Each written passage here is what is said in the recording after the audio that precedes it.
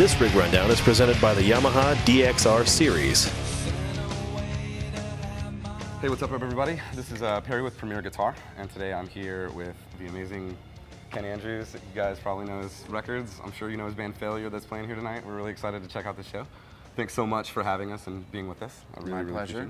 Cool, man. Watch the show. Great, that's awesome. Yeah, definitely watch the show a few times. Good deal, man. I guess we'll talk guitars, because you have some pretty interesting stuff that I'd like to get to before we get to this mass array of technology. Yeah. Cool, but so this is your number one? This is, this record, this guitar we used on Fantastic Planet. I think I got it for the touring of the album prior to that record.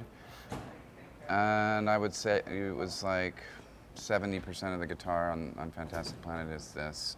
I mean, this is kind of like our go-to humbucker guitar. Gotcha. Tried and true. Tried and true.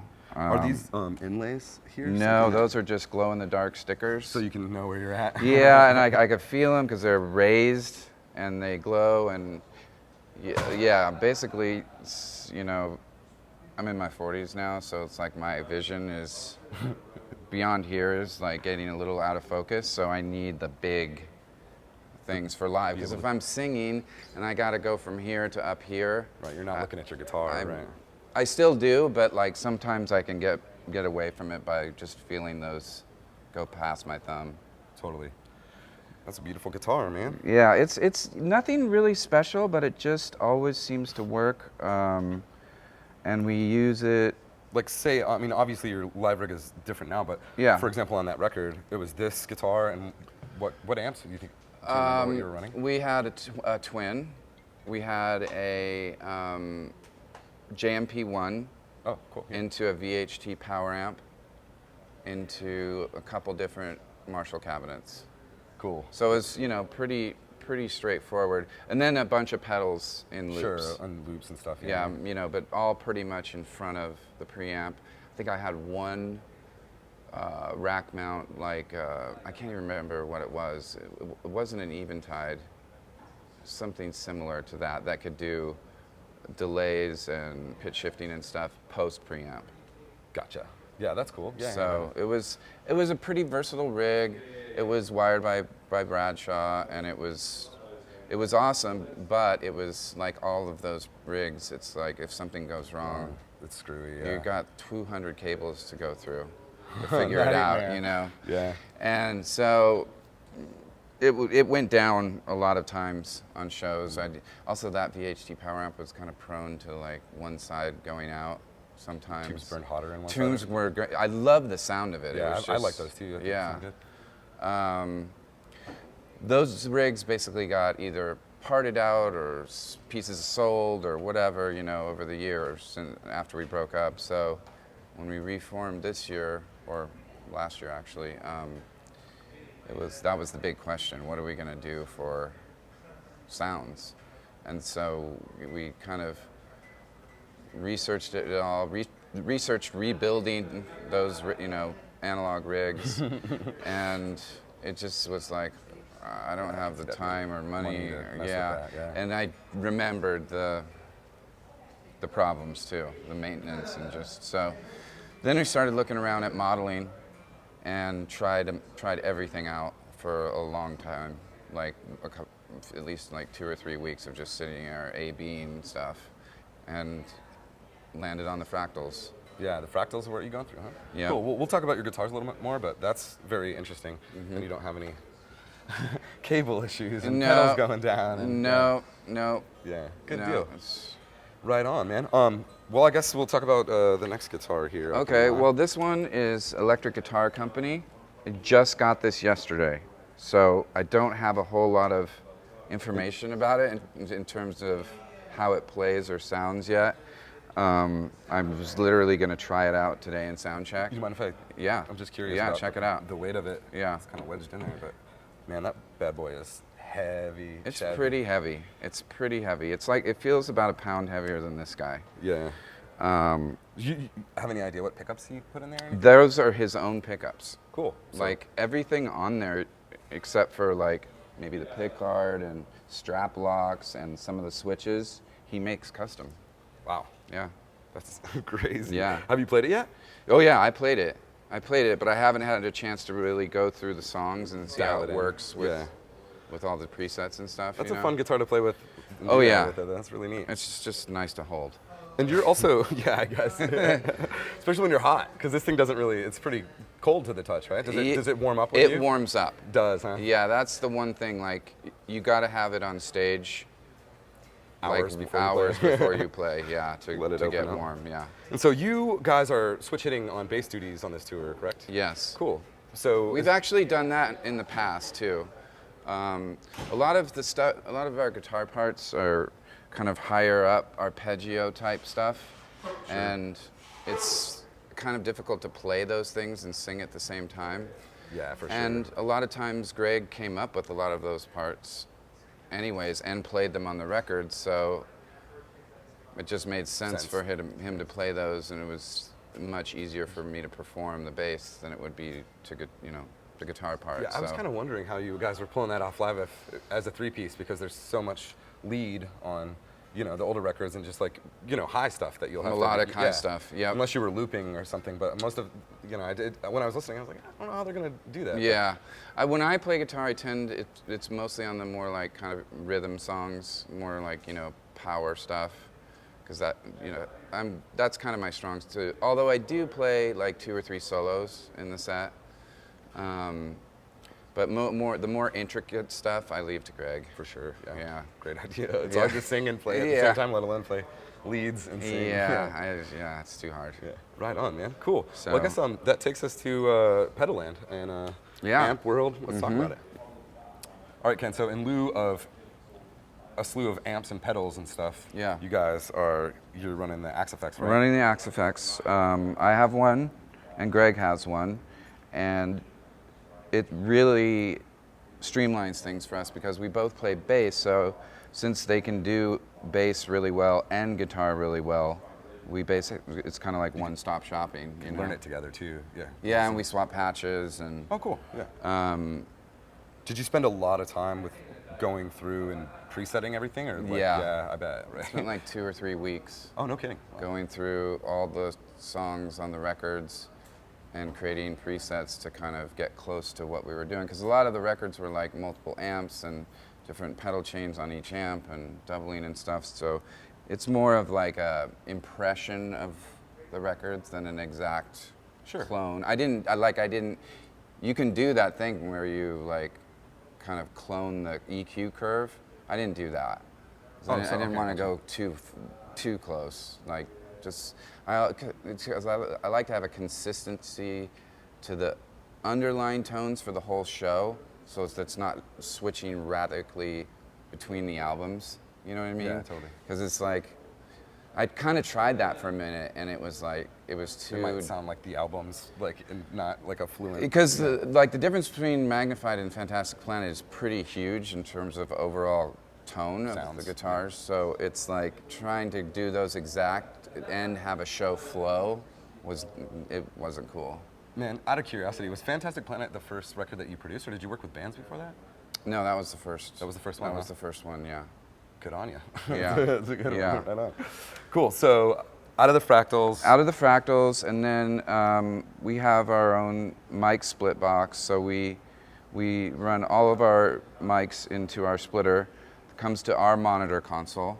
This mixes our in-ears. So do you mix in-ears here right on stage? Yeah, yourself? I just do it. Yeah, there's not much to do because the scene that we set up in rehearsal is pretty much what we've been using for all the shows, because so it's not like it doesn't change very much. The only thing that changes is how loud we have the audience mics, because sometimes the room is very loud, and sometimes those are like the music coming into those mics from the PA is like out of phase with what we're listening to, so we have to kind of have them a little lower. But we like to have those so we can hear people like shouting song names and stuff like that. Of course, yeah. And so you must be recording the live show too, because I see an M-Box down there, right? That is actually, so we got 2 laptops. This one is running main stage with all of the keyboard sounds that Greg plays over there. Very cool. Because he has like 3 or 4 songs where he plays keyboards on. and I play keyboards on one song, this little keyboard right here. Awesome. So that's what this laptop is for. Now, so the output of the main stage is going to that M box. Oh, gotcha. So we're just using it as an interface, essentially. I think we're taking 3 or 4 outputs out of that. Gotcha. So you can run patches from that, yeah. Yeah. Awesome. So that's keyboards, M box and main stage. And then this one is really just set up to control the console, kind of like sometimes I want to control the console from the iPad during rehearsal. So if you connect a laptop to the console, you get Wi-Fi. Oh, and you can just hop on with your iPad. Hop on with the iPad, and it's easier to make adjustments while we're in the middle of a song. Sure. You know, yeah, just yeah. quickly Something's reach too down. loud, Yeah. Handy. But this also is because this console is also an interface for Pro Tools, so we multi-track record all the shows to Pro Tools. Okay, cool. Right That's here. Super handy. Super handy. A lot of people, they see this thing and they're like, oh, it's playback. Like this is, and we're on ears and they think, oh, it's, metronome and tracks. We actually are not on click. Everything that the audience hears is what we hear. There's no extra things in the ears. It's just to monitor your signal. It's just to monitor because, it's like if you go to a concert once a month or something and it's really loud and your ears ring a little bit after the show, it's okay. But if you do this every night for your whole life, you'll ruin your hearing. Totally. So, and I mix for a living, so I can't be doing that. So that's why we use the ears, just to kind of. It's the same basic mix that everyone's hearing. It's just down a little bit so that we can do it every day. So most of the sound is kind of in front of you anyway. Like your stage volume, it's just. It's not too loud. These drums, and then these are used for two purposes. One, the functional one is we run our fractals into them so that we can get feedback. Otherwise, we couldn't get any guitar feedback. Okay. And guitar feedback is kind of a staple of all the records. Yeah. So, and then the second thing is they look awesome. They're really cool. Did you build these? No, I mean this is like a real cabinet from Sun in early '80s, I think. It's awesome. Late '70s. What speaker do you have in there now? Do you know? Or is It's the original thing. They do not sound that great. So we're not really miking them. Right. They're really just to get some air on stage. And to get feedback. And we do have subs behind them. So when we play bass, we can feel a little bit of low end on stage. Totally. And they get a mix from the board. It's not like the fractals are plugged directly in. We can send, there's a little bit of kick, the fractals, the keyboards. Yeah, so it's not just all drums blaring in your ear. Yeah, so for people who are up close, they get some instruments. Right. Not just drums. That's very cool.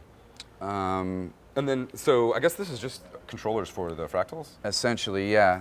This is the Fractal pedal board, the MFC. I run it in preset mode.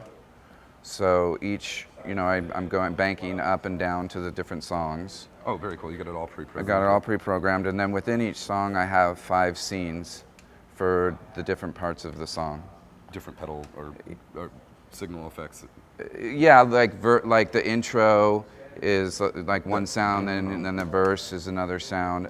I basically program it so it follows the arrangement of the song. So whenever you switch song, you can go right through the scenes as they happen. But I do. There's a lot of times like I'm going from verse to chorus to bridge and then back to verse. Oh, okay. So I can't go always straight in a line. And note to Fractal, you need to be able to name your scenes, so you know where you are. So you know where you're instead at. of just 1, 2, 3. Man, that's a lot to keep in your mind while you're singing and mixing and. Yeah, I know. That's why, like, in a way, I try to lock down as much of this stuff as possible during rehearsal, so it can be kind of second nature when we're playing. I try to be as right brain as possible when we're playing, and if everything's working, I can stay there pretty much. And knock on wood, We haven't had any So major far, so issues. good, Yeah, huh? yeah. This one blew out one show. It just stopped working, but we got it fixed. Doesn't really affect the show again because 'cause it's they're not. getting front of they're house getting on it. front of Yeah, house. yeah. Yeah. So, Right. yeah, I've got. This is also seen up and down. If I'm like right in the middle of singing, these are kind of can be a little dicey hitting the right one. So right. I have this. I can feel this one with Up my and down, foot and don't yeah. have to look for up and down. And this just volume? I usually have that set up for wah. Oh, cool. Yeah. I think volume on a couple things. You can, assign it Oh, and it'll to be assign to whatever. different. Yeah, that's so neat. Yeah. That's pretty cool. And then what about this AB switcher over here? Well, this one and this one are both volume up or volume down for a given scene that you're on. So it's kind of like 1 dB each. So it's basically like if you're in rehearsal and you're like, oh, my patch should be up 1 dB or a couple dB. I just hit that a couple times and it saves it too. Oh, It's a really cool feature of the Fractal. that is neat. And So it'll just stay wherever you last were. yes, Yeah. it goes up 1 dB, save, or down 1 dB, save, down 2, whatever you want So to do. you can kind of dial it in. It's almost like mixing the guitar levels with faders in a way, So we have, because Kelly's very dynamic. So if he's like has a quiet intro on the drums to where he goes to in the out chorus dynamically, I have huge volume swings Lot of sometimes. range, Yeah, yeah. like sometimes 12, 16 dB of difference in the patches. Just volume sometimes. And nothing else is really changing. Out of curiosity, the Fractal, like when you first get it, do all of the patches sound pretty like? Are they the same level, or some you gonna play with more? Most of the presets they're all ballparkish. Okay, just wondered. Yeah, but I mean I kind of. It took me like a week to kind of get my head around the whole unit. It's a very deep unit, and so once I got it, then I kind of developed a template, and I kind of pretty much stick to that template when I'm starting a new song. Gotcha. I've got a couple amps, and You got a format. certain for it. format, yeah, and then I customize it for each song. Yeah, that makes perfect sense. Yeah. Also, just out of curiosity, what's up with the this Line 6 in here? The Line 6 is a wireless, Oh, okay, I see that. Yeah. and Is that just for your guitar signal? that's just for my guitar signal. And And then a power conditioner. And Greg doesn't like wireless, so he doesn't use that. He just runs a long straight cable. cable. Yep. Couple power firming things. This is kind of interesting. This is digital audio meter, a German one I got on eBay, because the output level of the Fractals is actually not metered on the front here. The only time you know if you're overloading is When it a goes little red. Yeah. So as a mixer, So- you like seeing the. I like want to seeing it know. visually. Yeah, I want to know where I am before I hit the red, and just where things are, kind of. So I have mine here and Greg's here, and they're, And then you're running wireless microphones as well. no, those are wireless transmitters to our ears. Oh, well, this is just for your ears. Cool. Yeah. Cool. Mm-hmm. All right, rock and roll, man. Well, Yeah, that pretty much Pretty covers, much covers it, that. huh? Yeah. You're the Rabbit record. Yeah. What was going on with the tone there? Like, what amps were you using? It sounded amazing. We had that record. I wanted to stick to just rhythm guitar, and it's kind of one sound for the whole record. So I used my JTM 45 and 412 that had 25 watt greenbacks Oh, in cool. it for the whole. So it's And kind that of was your tone for that whole product. record. Yeah. No kidding. And I just did the now classic 57 Royer Okay, on the cool. best speaker, and that was pretty much it. Jeff Garber, who was the lead guitar player in that band, did 2 AC30s Oh. with like, I'm trying to remember what pedals he had. Definitely a whammy. And that's how you were getting the pitch shifting tones on that record? Yeah, almost.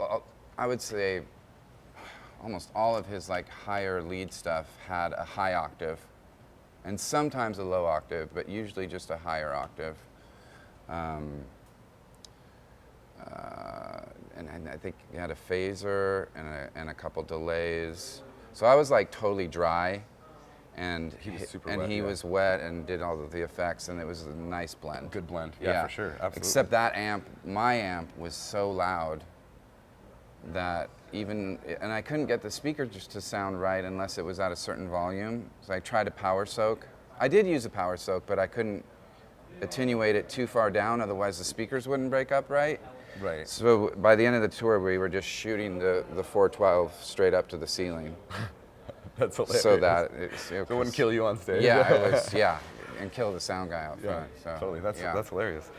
So like when you're at home, obviously you can't have all of this stuff set up. I mean, I'm sure you have a studio, but when you're just sitting down to write, like what amp and guitar do you have just handy? I do keep my studio pretty much wired, like ready to go. Ready to go. So I have the Fractals patched in. I have my JTM 45 and cabinet mic'd up. I have a guitar Just leave it all closet. set. It's all set up. So if you write an idea, you can just record it. Yeah, and even have the inputs in Pro Tools like labeled. Like so I can just open a session, and I usually already have tracks there, because that's my whole thing. If I just happen to have a guitar and I come up with a riff, if it takes me 10 minutes to record it, I might have forgotten it already. Yeah, you know what I mean? To set up, and it's like Same with sometimes me. I'm like trying to hum it so I don't forget it. That's funny. So I try to make the shortest path possible to actually. And if the computer isn't on, then I just pull out my iPhone and use Memo Record. Yeah, I do that a lot too. Yeah. It's just handy. Yeah. So outside of Year of the Rabbit and Failure, what are some of your favorite records that you worked on? Well, I've really enjoyed the last year, actually, because I got to work with some artists that I'd want to work with, that I had wanted to work with for a while, like M83. Oh, very cool. Yeah, that was super, super fun. We've kind of become friends, and I've learned a lot about electronic production from Anthony, for sure. I like, and I think you can hear this in the Failure stuff, we like, kind of like left of center aspects to our songs, but a lot of it is grounded in pop arrangement. Sure. Huge fan of Paramore. Yeah, they're great. Yeah. Been a fan of theirs for a long time, so that was really cool to work with that. And even it was just mixing, but it was still like a super important phase for them of the record. So Yeah, they're really kind of, cool. I guess, graduating a little bit and need something a little more mature. Yeah, well, they in the wanted tone, to. They were just like, we're changing our sound. We're changing our sound. We don't want it to sound like the last records. We don't want to work with the same people we've worked with in the past. So they worked with my buddy Justin, who produced it, and had me mix it. So that was super fun. Yeah. That's cool, man. Yeah. That's pretty good to add to a resume too, I suppose. Yeah, yeah. That's awesome. Well, right on, man. Very cool. Well, man, I can't tell you how much we appreciate you taking the time to meet with us today, and we have a lot of people online, I'm sure, that'll be really, really excited to see how you're getting these tunes, man. I really appreciate it. Thanks so much. Yeah. Perry with Premier Guitar. I'll catch you guys later. Don't forget to sign up for PG Perks, your all-access pass to exclusive gear giveaways and discounts on PremierGuitar.com.